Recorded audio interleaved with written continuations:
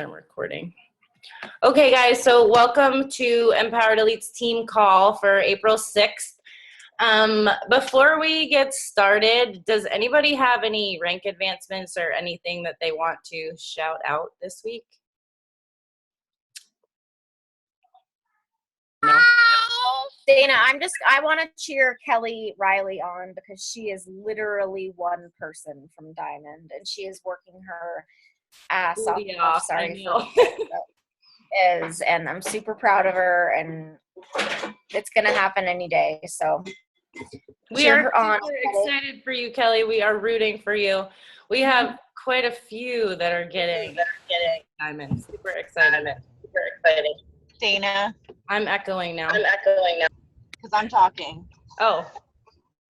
I want to shout out to Tara, because she's one person away from Emerald, and Selena, who is Emerald, but I haven't been on a call to tell her. Congrats, Selena, and we're cheering you on, Tara. Thanks. Alrighty. Okay. One thing that I do want to do this week that I never typically do, but I think that it's an important thing to do, especially with what we're talking about tonight. Really just kind of hitting the ground running in the beginning of the month and trying to lock in Success Club in the first 2 weeks of the month. So I want to shout out the following coaches who have already helped someone this month and are on the Success Club board. Marina, Jocelyn, Lauren Teague, my new coach, Jeanette Miller, Kelly, and Nina are all on the board that have helped somebody already this month. So awesome way to start April. Action April, that is our name this month. So as you guys probably have noticed, I started to make weekly team themes for this month because I think it's really important to kind of be working together to really nail down the vital behaviors. And this week's was personal development, so make sure you're still sharing your takeaways from your PD in the team page every single day. And then this topic that I'm talking about tonight is actually what was planned for the end of the month, but I know that this is something that you guys all really have been asking a lot about for help on. So, and I know Aspire Nation, Annalisa had asked me to speak about this as well, so I figured we could just do it early on in the month and get it out of the way so you guys can utilize whatever takeaways you have to push forward for April. So I get asked all the time how I build my network, how I build relationships, how I consistently hit Success Club and high numbers of Success Club every single month. And there is no secret to this, but I have written down a ton of tips for you guys of things that have been helpful to me in making this happen. And I first just want to say that this is a relationship business. It is all about building relationships, building trust, consistency in building your friendships, constantly making new ones. And, you know, if you're lacking in making new connections and building to your network, you're also going to struggle with hitting Success Club. And nobody wants to do that, right? We all want to help people as coaches. So my first tip for you guys is make sure that you're adding to your network every single day, 3 to 5 new people. This is so important.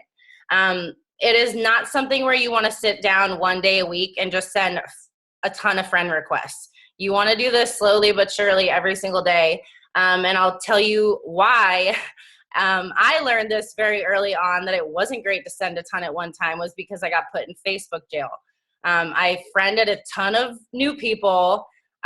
When too many people deny your friend request, they'll put you in Facebook jail where you're literally not allowed to send friend requests for up to a week, and you can't send nor receive messages from people that are not your friends. So you don't want to do that. You just want to be slow and steady with adding to your network. And I would suggest that when you are adding people that you write their names down and you keep a running list of the people you are adding to your network. Because you don't just want to add people and then have no idea who they are to go back and look to. So I'm not super organized with this. I just literally keep a piece of notebook paper next to where I do my power hour, and I write down all the names of the people that I add every single day. So a lot of you guys are asking, where are you going to find friends from? Is typically the most common question about this. Hold on, somebody's not muted. In the beginning, when I started coaching, the way that I always added to my network was just with that people you may know tool. Do you guys all know where that is? Can you raise your hands if you know? Yes, okay. So the people you may know tool is awesome. It's going to show you people that maybe you went to high school with or you have a ton of mutual friends with, and that is basically your warm market.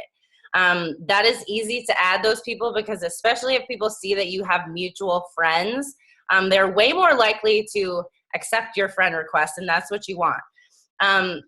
But you also want to ensure that when you're adding new people that you check through the mutual friends to make sure that they're not friends with a ton of Beachbody coaches, because if you do, somebody else on the team or somebody else may have already reached out to them. So you don't want to step on toes either. So be aware when you're sending friend requests if people have mutual coach friends. I know I've run into this issue with Annalisa and Kelly because we have some people that overlap in our networks. The next thing is that you can go onto, if you have like say friends that you work with or something like that, and you're trying to find people that you have in common, you can literally go to somebody's Facebook page and click on their friends. And it'll give you a list of all their friends, and you can look through and see who are people that might be somebody that you would like to be friends with or add to your network. The third way, and this is how I build now because I am totally out of my warm market. My people you may know tool never has anybody that I would, typically want to be friends with. So I have joined a lot of like groups and interest groups. Personally, since I'm a mom, I've joined a lot of mommy groups. And also things like organizational groups for your home or do-it-yourself groups. You can think of hobbies that you have or sports teams that you like. Basically, you can type in your search bar people who, and then whatever it is you're looking for, and it'll pull up a list of groups that you can go and look at and join. Another thing that you can do is find local yard sale sites that are in your area where people are constantly posting things that they're selling, or that if you have stuff you want to get rid of, you can post to sell. But places like that are awesome places to make new friends. And so if you're wondering, how do I get into these groups and actually become friends with these people? Since these are groups that I would typically interact in anyways, because they are things that, I genuinely am curious to post in or interact in. So I will post, questions. Like I've been sleep training Declan and I've been potty training Declan in the past 3 weeks. So I can post in my mommy groups. What are tips that have helped you potty train your kids? What are tips that you've used to get your kids to stay in bed at night? Things like that that are relevant to my life, but that are getting people to interact with me. And when you're interacting with people like that, if they start to see your picture and your name, then you can go and you can send them a friend request, and you're not just totally some random Joe Schmo that's trying to add them from a group. Does that make sense? Is that helpful? Okay. I think that's all I wanted to mention about like groups and adding, but make sure you're consistent with that. The next thing is that everybody asks, like, once you add people to your network, what do you do from there? I know that some coaches like to immediately reach out to people and just say like, hey, nice to meet you, or hey, nice to be friends. I personally don't do that a lot unless I've interacted with somebody within the group already. Because I feel like personally, I know before I was a coach, if people added me and then immediately messaged me, I was kind of like, whoa. So I typically just keep this list and I let people watch me for a little while. And this comes back to being consistent with your social media posts, which I will get to later on. But let people watch what you're doing. before you start to, try to start a conversation and make friends with this person, so that if they're on your Facebook, they're going to get to know you and get a little bit comfortable with you and who you are and what you do before you send that initial message. Like I said, this is just what works for me. If you're comfortable reaching out and sending people a message right when you add them to your network, that's fine too. The next thing is running free groups every single month. I created a healthy eating on a budget group really early on in coaching because that was something that as a single mom I was really knowledgeable about and passionate about, that I could turn into a free group that provided value, and it helped me build relationships with people that maybe I wouldn't have built relationships with otherwise. So you can run clean eating groups, Shakeology groups, you can run crockpot groups. Kelly right now has an energy and abs group that she's killing it with. You have what, over 100 people in it? Can you hear me? Yeah. 160. Yeah, that's awesome. And so when you have free groups like this, you're obviously going to promote it on your page. And once you have people in that group, you don't need to go crazy and overthink this. It's not like, these people are your challengers and it's your job to give them absolutely everything, because you want to leave them wanting more. You want to give them enough value that they feel like it was helpful, but you also want it to be something where they're looking to you for more, help with their goals or help with their nutrition or whatever it is. And you can also really think outside the box with free groups. Like, I know one of the coaches on Drop the Cookie, I think it's Natalie Bailey's coach, did a group on, putting together cute outfits, like a style group. So just get outside the box with something that you're passionate about, that can add value to other people, and make a 3 to 5 day group about it. And how I build friendships at the end of those groups is that I send a personal message to every single person that was in my free group. And I don't invite them to anything. My whole intention is to just start a conversation with them. So I will reach out and just say, hey, I just wanted to thank you again for joining my Healthy Eating on a Budget group or whatever group. I just wanted to know if it was helpful to you and what was most helpful, and if you had any feedback of what I can do better for the next time that I run it. Oftentimes I won't get an immediate response. Go get a spoon. Go get a spoon. You guys got to hold on. My kid wants peanut butter.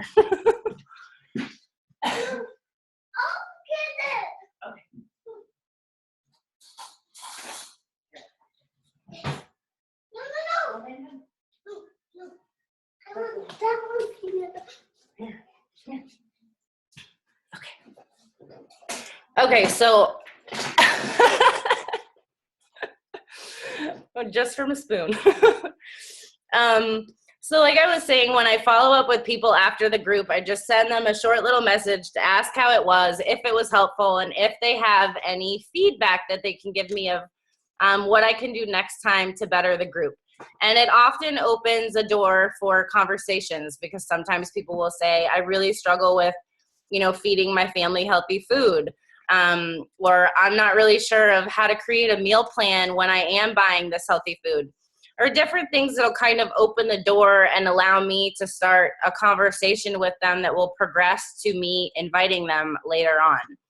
And then, like I said, sometimes I don't get responses at all. But remember that once you've built this relationship and you've added that value, people's eyes are going to be on you and on your social media posts. So I've just recently, in the past couple of weeks, had a couple people that were in my groups back in the fall send me a message and say that I've been watching you for a while, and I can tell that they were somebody that was in my Healthy Eating on a Budget group, because I see my follow-up message right prior to that they never responded to, and they're looking for more help. They're looking for more advice. So if you're consistent with your follow-ups like this, even if you don't get a response, know that these people are watching and that they're probably going to come back around at some point later on. The next thing, and I've mentioned this twice, but I'm going to dive a little bit more into it, is being consistent on your social media. And you may wonder, how does this directly have to do with you building relationships? But the thing is that nobody knows anything about you or your lifestyle or what you're doing except for what you're putting on social media. So you have to consistently be sharing your story and honestly progressing in your journey, whether it's your business or your transformation or you're taking on a new program. You're always doing something new that people have to follow and kind of keep up with and watch you progress. So that it inspires people. And the other side of that is that you really want to kind of hone in on your brand and your niche, because you want to be attracting people that are most like you. And the more authentic you are, the more vulnerable you are, the more that you really share your story, the more it's going to allow people like you to connect to you. And then it helps you out in the background when you're building relationships with people, because they already feel like they know you. So this attraction marketing is a whole separate call, and that's not what I'm intending to get into, but I'm just saying that consistency in your social media is really important when it comes to building trust and adding to your network with all those new eyes that you are adding every single day. The next thing, and this is kind of a random one, but it works really well, is encouraging interaction in your social media posts. Once in a while, I'll post something where I'm like asking advice on an outfit, or when I was looking for glasses a while back, I posted a picture that said, choose A or B. And posts like this that are not related to things that have anything to do with Beachbody are great for you to see who's actually following you that never likes or comments on the things that you're doing that are Beachbody related. That post that I was saying about sharing glasses, there was something ridiculous, like 90 comments on it, and there were a ton of people that never like or comment on anything I do Beachbody related, but it lets me know that they are seeing what I post and that they are watching it.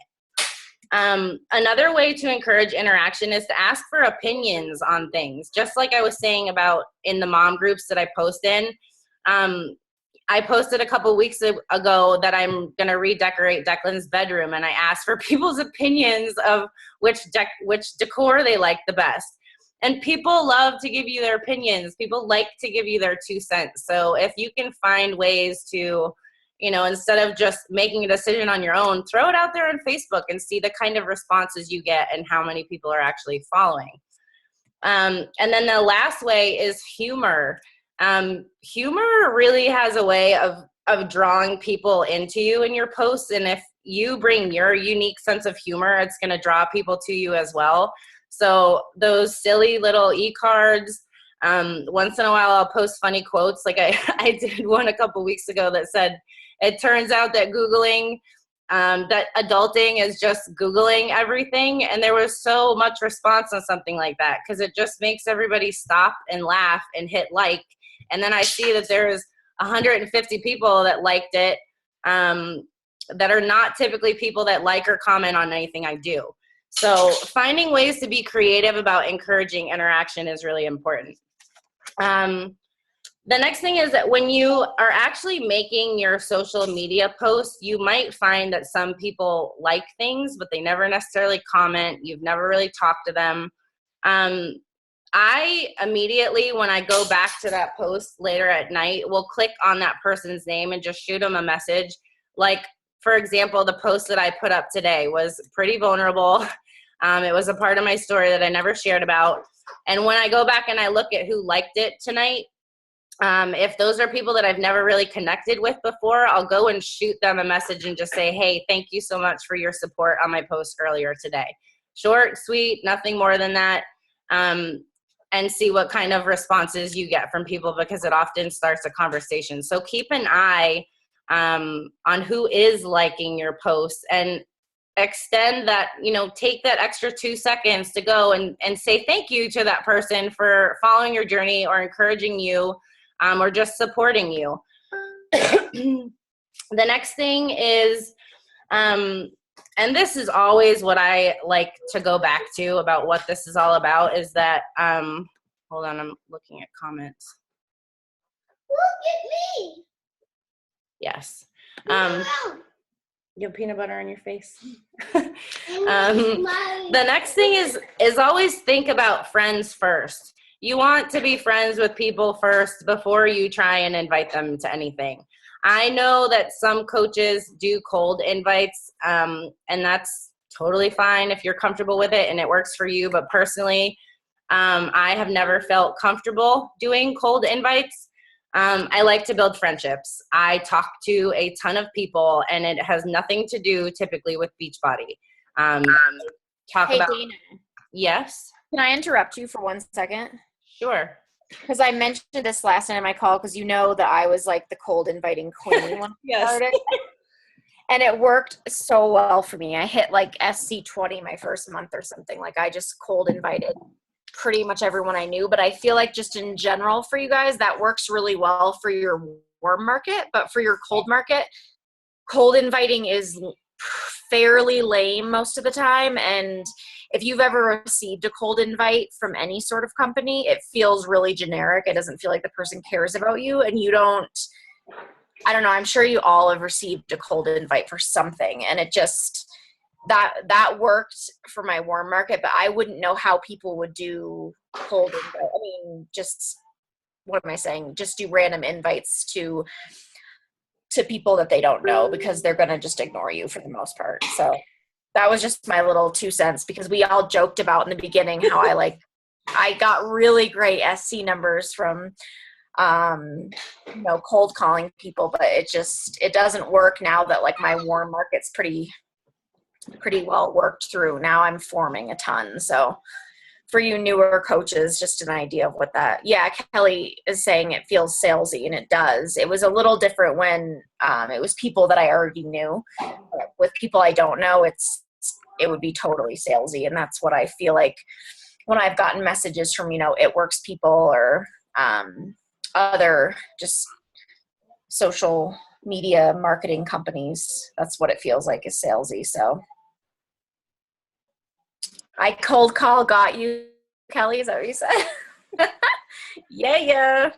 She's my almost diamond coach.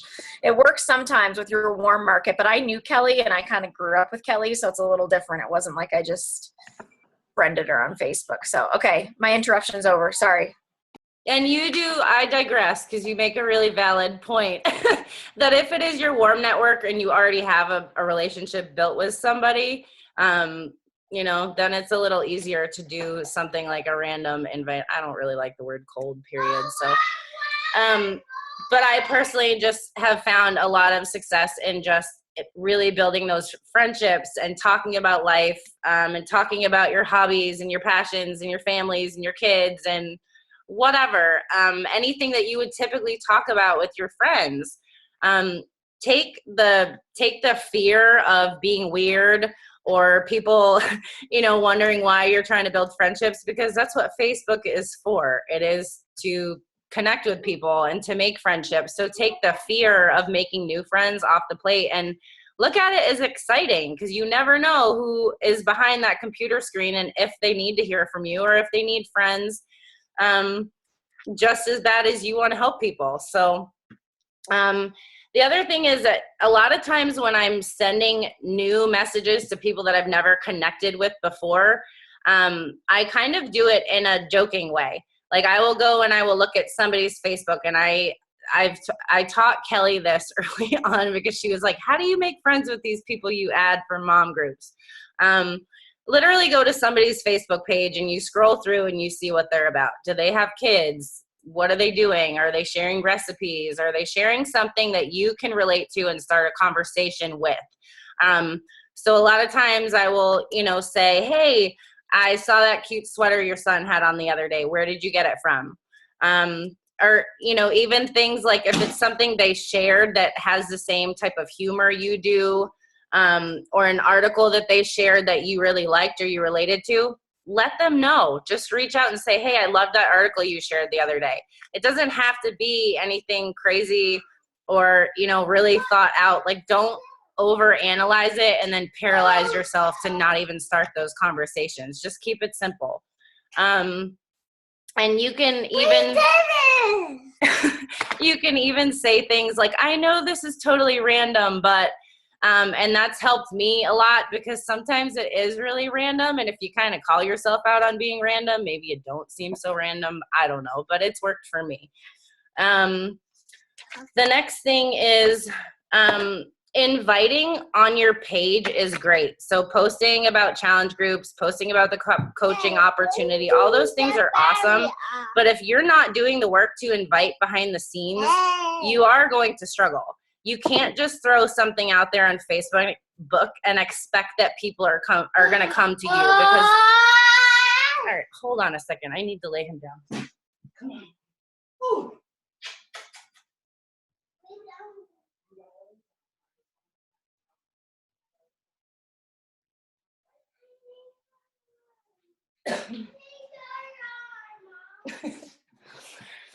I told you this is the witching hour.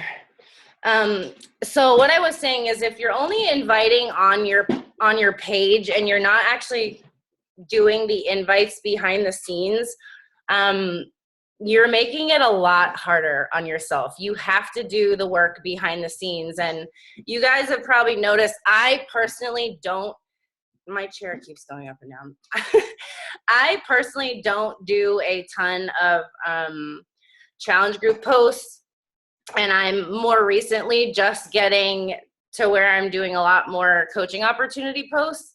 But that is because I am heavily doing the work behind the scenes, inviting and having conversations in private, because I personally like to build those relationships and get to know people.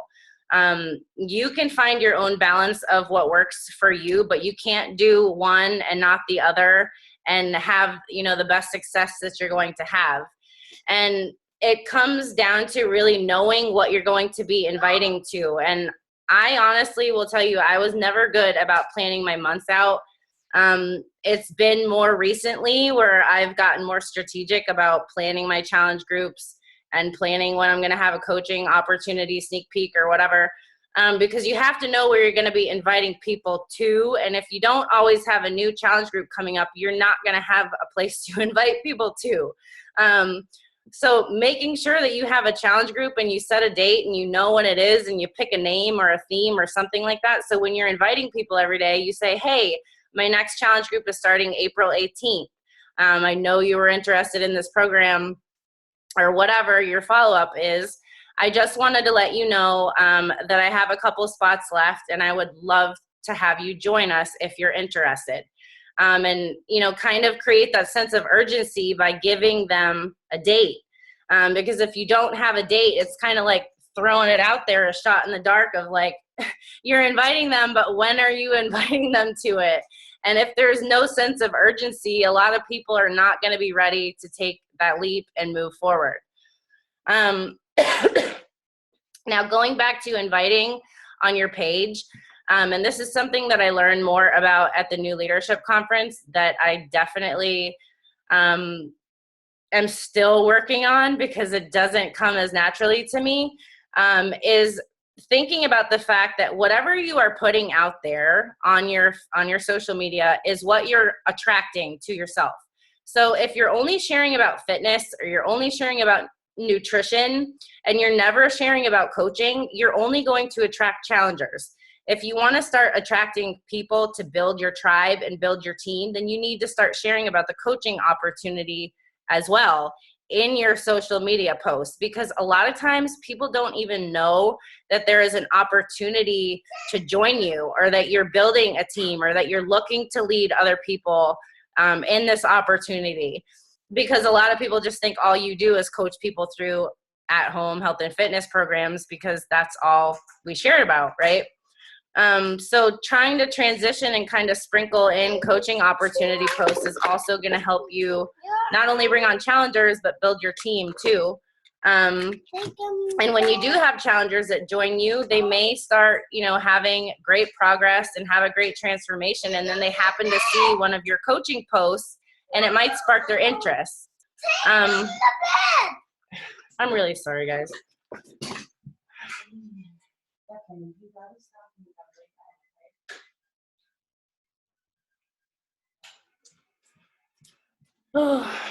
Okay, so that brings me to my next thing, is that And sharing that your challengers are having a great experience and that you're keeping in constant contact with them. I set aside 1 day a week to check in on all my challengers. It's typically on Sunday or Monday, and I sit down and I check in on all my new challengers from the past 2 months. I check in on older challengers if they're still in one of my challenge groups. And maybe once a month, I will go in and I will check on people that have gone inactive or haven't participated in a challenge group recently. And it's really important to make sure that your customers are having a good experience and kind of keep them on track as much as possible. I know that people do fall off, and that does happen for all of us, so you can't do it with everybody, but the ones that you can keep going and keep having a great experience and start to see a transformation and start to feel differently and start to get a feel of the community, those are great people that are going to turn into coaches oftentimes, or they are people that like you and know you and like working with you as a coach, and they may end up referring people to you in the future as well, because I have that happens sometimes now too. So our job doesn't begin until we sign people up. Don't look at this whole building relationships and forming and inviting process as when you sign them up, that's the end. That is the beginning of when our job starts as a coach, is from the day that they sign up to helping them really get through this transformation and being their, glorified cheerleader through the process. And like I said, some people are going to fall off. That's inevitable. But the people that you can, really work with and help them have a great experience, that's going to pay off in a million ways for you in the long run, because they're going to start sharing it and talking about it too. The next thing is, and this is one that I'm doing more so recently, but up until now, I honestly have built my entire network just through social media, is when you're out and about and you meet people, and maybe you go to church or you have another job, or you're out, at a barbecue or something on weekends, talk to people about what you do. I'm not saying walk up to people and say, "Hi, I'm Dana, I'm a Beachbody coach." But if somebody makes a comment on, they think you look like you're in great shape, or wow, your arms are really toned, or wow, you're putting really healthy food in your grocery cart. The checkout people say stuff like that all the time. You can easily throw it out there that, oh yeah, that's what I do. I coach people through at-home health and fitness programs. And you would be surprised how many people say, "Oh my God, I could use that," or "Oh my God, I need that." And you can right then and there type their name in on your Facebook and add them as a friend. Or you can ask them if you can have their email to send them more information, and write that in the notes section of your phone. And the last thing that I want to cover right now, and this is kind of just to sum it all up, is there has to be a shift, because I often find that newer coaches, or even sometimes older coaches, haven't had this shift yet. I was talking about it with two of my coaches this week, is that you have to stop thinking about what you're going to get. You have to stop thinking about what's in this for me. And you need to shift your focus to, how can I serve other people? How can I help other people? I can honestly say hands down that the best thing my coach, Annalisa, ever did for me was recruit me. It was her not giving up on me for 4 months when I told her no, I couldn't afford it, I didn't have room to work out, all these BS excuses that I gave her. And she continued to follow up with me, and then invited me to a T25 challenge group. She told me, "I know you're a single mom and you want to get fit and you don't have a ton of time. I know you said you're tired all the time. Shakeology would really help you." And I finally said yes. And that was the best decision that I ever made for myself. And if she would have just given up on me, yeah, I probably would have been selling Tupperware, because I was considering doing Pampered Chef before I became a coach. So if you stop thinking about this as in, I'm so scared to send people messages, I'm afraid to send new friend requests, I'm afraid to build relationships, and start thinking about this as the best gift that you can give to people is becoming their friends. Because even if they don't end up becoming your challengers or your coaches, guaranteed with what you're sharing, you're going to bring some kind of positivity into their life, right? And that is what we're here to do as coaches, is be the light for others' journeys. So don't, forget that even if people don't end up becoming a part of your organization, you've still probably positively impacted or influenced their life in some way. And the last thing that I wanted to share, but I totally forgot about this earlier, is objections. When you have people that give you objections, and this is what I'm talking about, when you've already gone through, maybe the forming or the inviting process and somebody's told you no, just like I was sharing about me, don't give up on people. If you can continue, to provide free value, maybe they told you they struggle with meal planning. Go on Pinterest and shoot them a recipe that you think might be helpful to them. If they struggle with water intake and you see something that might be helpful, send it to them. Give them an encouraging word here and there. Ask how they're doing. Just continue to check in with people and build that trust and build that relationship, because 98% of the time, those people will see that they really can trust you and that you really do actually care, and they will come around in the long run. I have a girl right now that I've been talking to for like 7 months, and I check in on her every single month, and she's always like, "You really do just care, don't you?" And, I have no idea if she'll ever end up being one of my challengers, but from what she's told me, she struggles with a lot of things, and it's nice for people to know that they have somebody that's rooting for them and that cares about them and their journey, even if they're not your customer. So really focusing on actually caring and building those relationships with genuine integrity is really important. And so the last thing that I want to do, because I really wanted to kind of nail this in of how applying all these things can work, is that I've asked 4 of my coaches to share how they were connected to me, or how they were brought in to be one of my challengers, or how long they ignored me for before they actually decided to say yes to me, because I think it's really important for you to see how it works. So if you guys don't mind, I'm just going to shout your name out and you can unmute yourself. If you want to go first, Heather.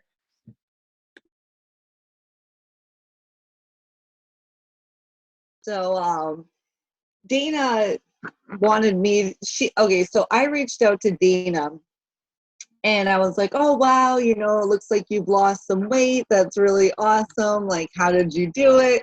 And she's like, "Oh, I did it with Beachbody." And I was like, "Oh my gosh, it's awesome." And then she told me about it and I was like, "Okay, so not for me right now." Mind you, I was 245 pounds, so it was definitely for me. Like, I definitely needed something.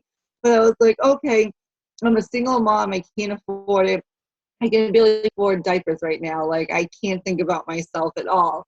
So I increasingly was just like so unhappy, and she would touch base with me, and I would just ignore her altogether, because I didn't even know what to say, because like I really wanted to do it, but like I felt bad even thinking about doing it, anything for myself. I was making $30,000 a year as an assistant to the owners. Like, I literally had nothing. So finally, one day she put up, "Who wants to be a coach?" And it was just like this post, and I was like, well, I would do that if I could make money and get fit.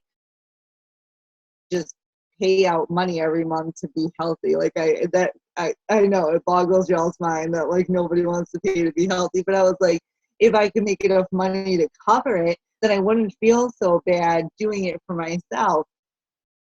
And now I've lost 100 pounds. Like, I'm so, like, I think back and I was like, I can't believe it took me a year to say yes to her. And my life is completely different now that I did it. And like, she would always follow up, and literally, like, I remember looking at the messenger and being like, it was like something from June and this was now November. Like, literally, like, she was like June, July, August, like, just kept like, "Hi, how are you?" And I would just not even say anything to her.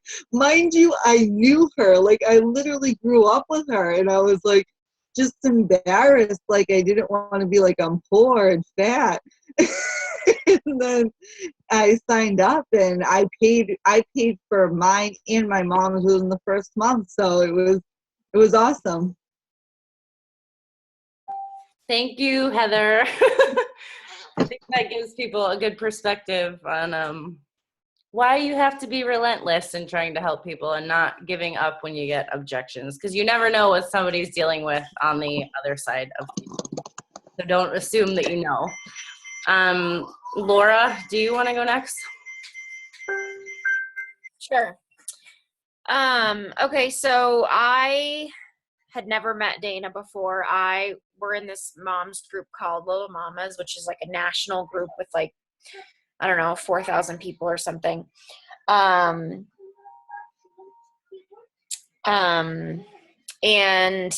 I think I just sort of started following her. I was trying to think about it today. I don't know if Dana, I think I friend requested her because maybe she posted something. I don't know, but I started following her and I was kind of in that. I was, 5 months postpartum, 4 months postpartum when I started following her. And I reached out to her on February 11th of last year. And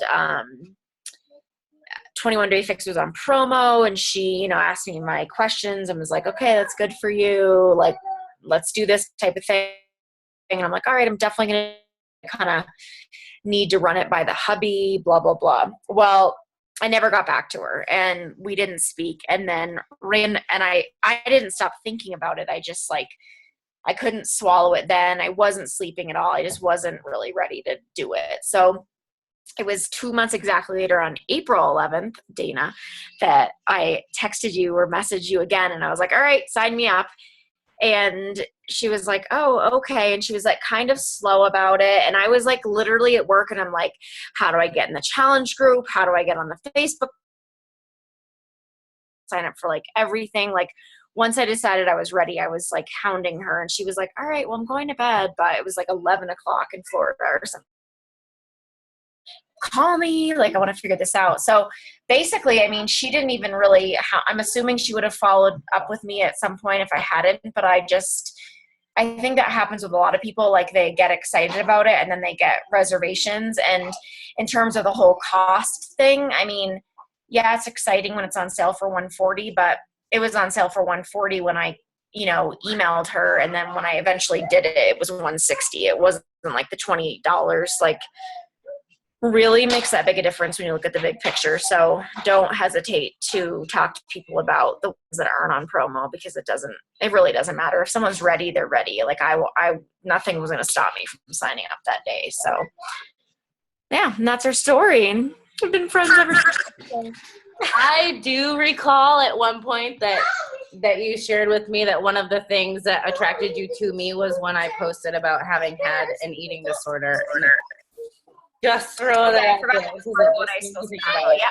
Well, your stories were always moving, and like if you look at coaches, the more you share that's moving, which Dana does really well and a lot, and I try to do it when I can as well, but sharing those like heartfelt moving stories are what really attracts people to follow you. And Dana, I didn't know her from a hole in the wall, but she shared about her hip injury, stuff like that I really couldn't relate to at all. But she shared about having an eating disorder, and that's something that so many women have struggled with. So I don't know, it's hard to share, but I feel like it connects you to other people. So make sure to be sharing your story and doing it more than just, once every 6 months, because people aren't going to follow you unless you're consistently sharing it. So yeah, that's that. And then Laura signed up to be a coach 3 months into being a challenger and run ever since. No, not 3 months. I did 21 Day Fix. 3 weeks. That's what. Yeah, 3 weeks. Yeah. Yep. Thank you, Laura. Yep. Stephanie, do you want to go next? Okay. I'm probably the one that hid from Dana the most. So we were in a mama's group, and I kind of watched her posts, and one day she posted something about 3-day refresh. And I remember just reaching out to her. This was back in April. I'm kind of asking her about it. I think she was doing some kind of challenge for it, or like a contest giveaway, but it kind of sounded like, hey, this might be something that you could win for free. So I was like, oh, let me see what this is. Needless to say, it wasn't free. But regardless, so I remember reaching out and asking questions about it. And then that, of course, opened the door to Dana's questions as what's your health and fitness goals? What are you looking to do? And I was kind of like, okay, she's asking way too many questions. I'm done. And I kind of just walked away. Couple weeks later, like I'd always look and she'd still, hey, just want to follow up. You know, are you still thinking about this? And here I am just ignoring. Sorry. And probably about the end of June, I decided that I wanted to try 21 Day Fix, and I went on the website and ordered it. Don't tell anybody that. And I got a free coach. And from there, I was kind of like, okay. And in one of the online garage sales for my town, there was a coach promoting 21 Day Fix, basically sales. So I reached out to her just to ask some questions or whatever. Mind you, I'm still reading Dana's posts all the time, but she kind of just, at first, I was a little intimidated. So I kind of just watched her from afar as I'm asking this random girl that lives in town questions, and she wasn't able to answer me. So one day I reached out to Dana and I was like, I have a really big favor. So, and then I made up a whole story about my husband buying me 21 Day Fix without telling me because I was so embarrassed that I didn't go straight to her. So yeah, now you know the truth, guy. And so I reached out and I asked questions saying that this one chick that's now my coach had no answer for anything and just kept telling me to read the book. So I needed help. So she told me, go ahead, call, get switched onto her. And it all went from there. Started talking to her almost every single day. I think I drove her absolutely nuts with questions upon questions upon questions. But if anybody knows Dana, she'll answer everything and support you and help you.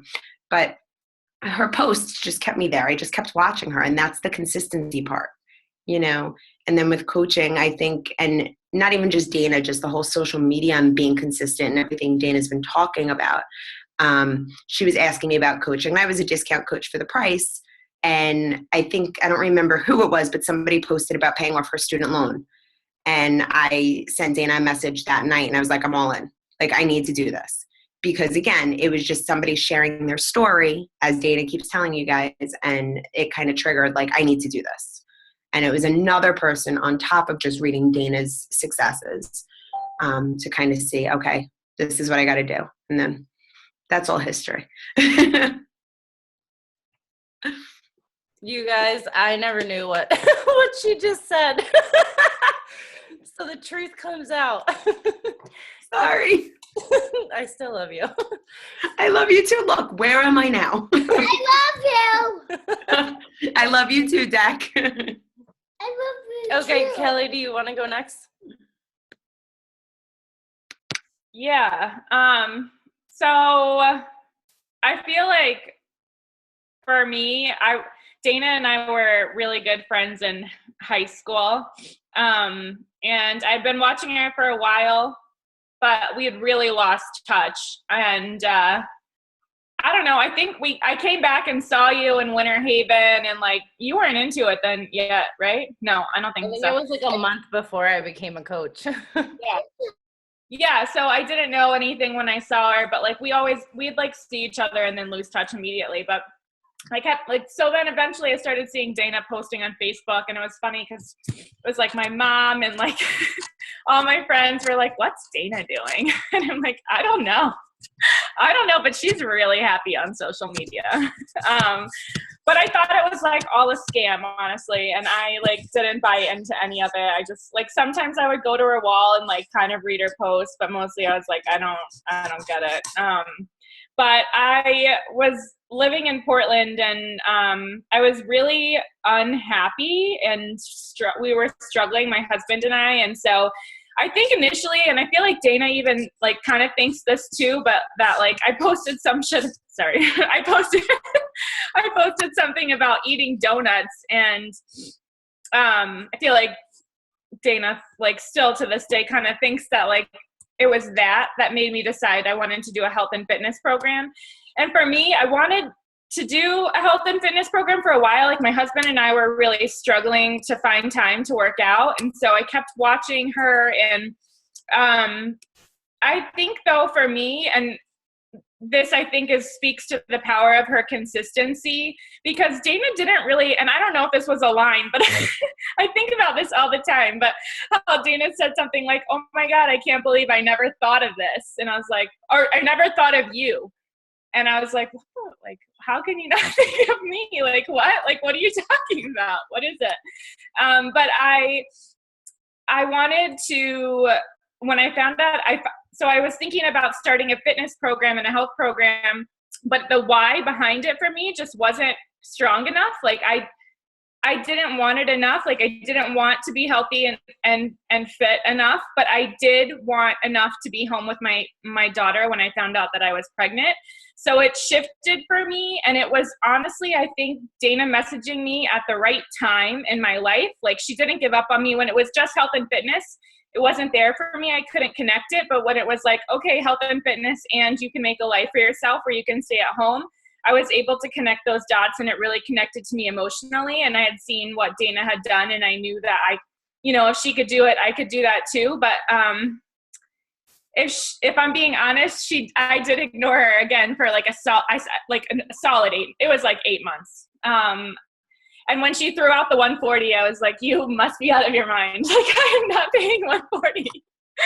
And I think I disappeared for a while. But when I was I was afraid to talk to my husband about it. And I think all of these things in my mind, I think like, okay, those people that are ignoring you, it's not you. Like, they're afraid, there's obstacles, they haven't connected. They're afraid to talk to their husbands. Maybe they don't think their husbands are going to buy into it. And that's where I was. And when I finally sat down and talked to him, and Dana added me to a sneak peek when I said I was slightly interested, I made my husband watch all the videos with me. And then finally I asked him if we could try it so that we could be home, so I could be home with our kids. And he said yes. And I was the same way as, I can't remember who even, I think Laura just said, she was like, oh my God, sign me up right now. I feel like that's how I was. Like, Dana, like, where are you? She was like, I'm grocery shopping. And I was like, well, freaking send me the info. I'm ready. Let's go. So that's my story. But I ignored her for a long time. And I think just like being consistent and knowing that it's not about you. When people disappear, it's just not the right time in their life. And we say that over and over, but I feel like just hearing all of our stories, we can really see that like it had to just be that right time before you were ready to make that move. So anyway, thanks, Dana. A couple things. Number one, I think it's so awesome to go back and hear where Kelly started, because Kelly is home with her babies now. That is what she desired when she started. So it's just pretty awesome to see. But as you guys can see, and I asked them to share their stories because I wanted you to know that it is not always, when you see me hitting Success Club 20 or whatever, it is not just because I get lucky or that people just automatically say yes to me. It is because of consistency. It is sticking to the vital behaviors every single day above all else, and actually really putting your heart there to serve people and help people and know the gift that you have to offer people, to change your life in a multitude of ways. Thank you, ladies, for sharing. Does anybody have any questions for me or any of my coaches?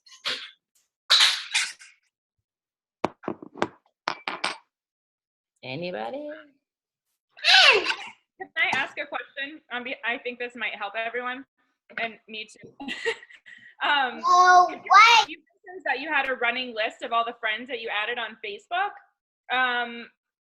I know we're running late, but like really briefly, like, can you just say like how long do you let people watch you? And if you haven't kept a running list of people that you've added on Facebook, like, would you suggest going back through and like finding all those friends and like messaging them, or where would you start with those people that you haven't messaged? One thing I did forget to mention that I had written down was that I work from a list of 1 to 200 people. Declan, mom, come here. You can come sit with me if you want. No.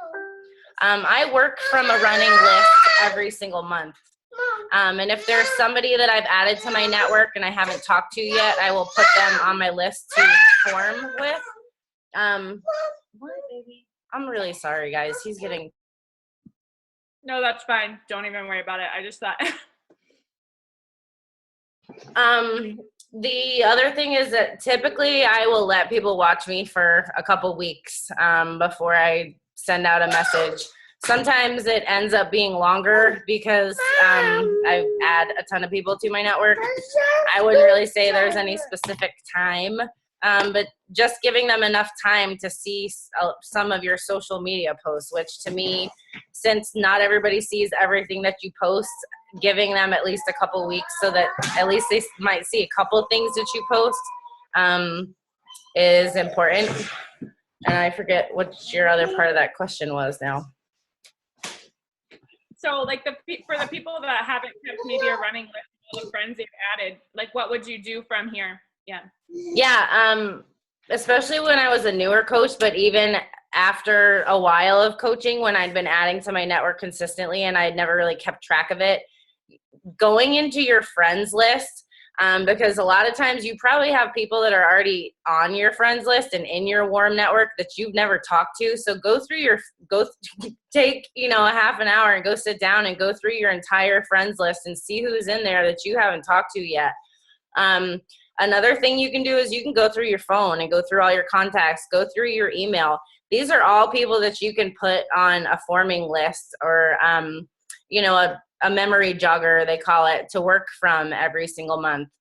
And if you have people that you've kind of started conversations with, but it didn't really go anywhere or it didn't continue, put them back on your list for the next month to reach out to again. Sometimes you're going to have to reach out to people a few times before you may even get a response. And like I said, the more consistent you are with your social media, the more that you're going to build trust with these people because they see that you're not just some, crazy girl that's sending them a message, that you actually are passionate about what you do, or you're sharing part of your story that they may relate to, or they just see that you're human and you're, a mom, or you're really into your journey. And building that trust is really important so that people receive you well on the other end of your messages.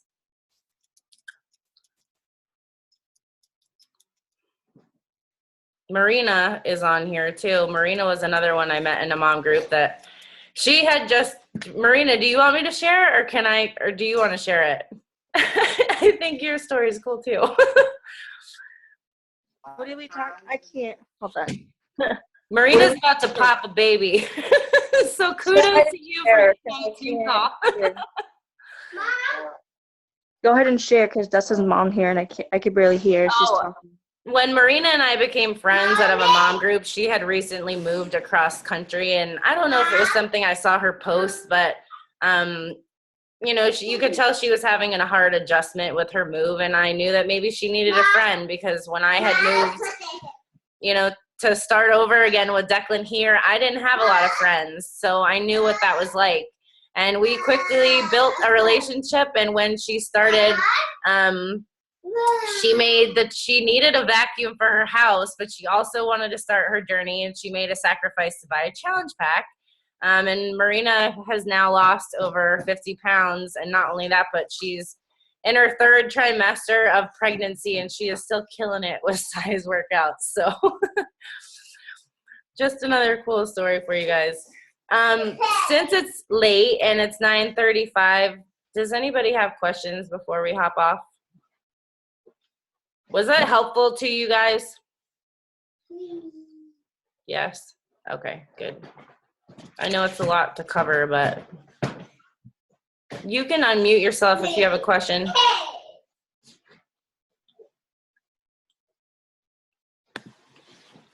Or you can type it in the chat box. Doesn't matter.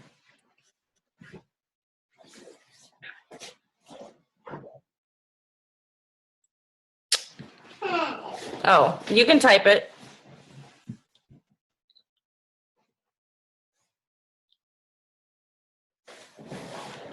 I personally usually aim to post 3 to 4 times a day. And good times to post, they're going to vary a little bit depending on your network and your niche and the type of people you have on your Facebook. But I find between 8 and 9:30 in the morning, usually between 12 and like 1:30, and then somewhere between, 8 o'clock and 9:30 at night, typically closer to 9 if I'm going to make a post at night. And then on some days when I'm really on top of it, I'll post something kind of to kill my dead space in the afternoon, maybe at like 4 or 5, but I don't usually get a lot of traction then. So if you post things at certain times, you'll start to notice that you'll get more traction at certain times more than others. Like if you have a lot of moms in your network, you might see that you get a lot of traction early in the morning, or even late at night. Or if you have, kind of a younger network, you might see you get a lot more traction late at night. If you have a lot of corporate people on your network, maybe you see that they're, on Facebook during their lunch hour around noon or 12:30. So keep, kind of a running list of what post times work best for you, and play it around that. That's what I did. It was kind of trial and error to see what works. But I would suggest if you are working a full-time job and it's hard for you to post during the day, that you can use something like Postcron to schedule posts, or even if you just write something out at night and keep it in the notes section of your phone. So when you have 2 minutes, you can just quickly go on and copy paste it and post it, but just so that something is there, because that consistency is really important.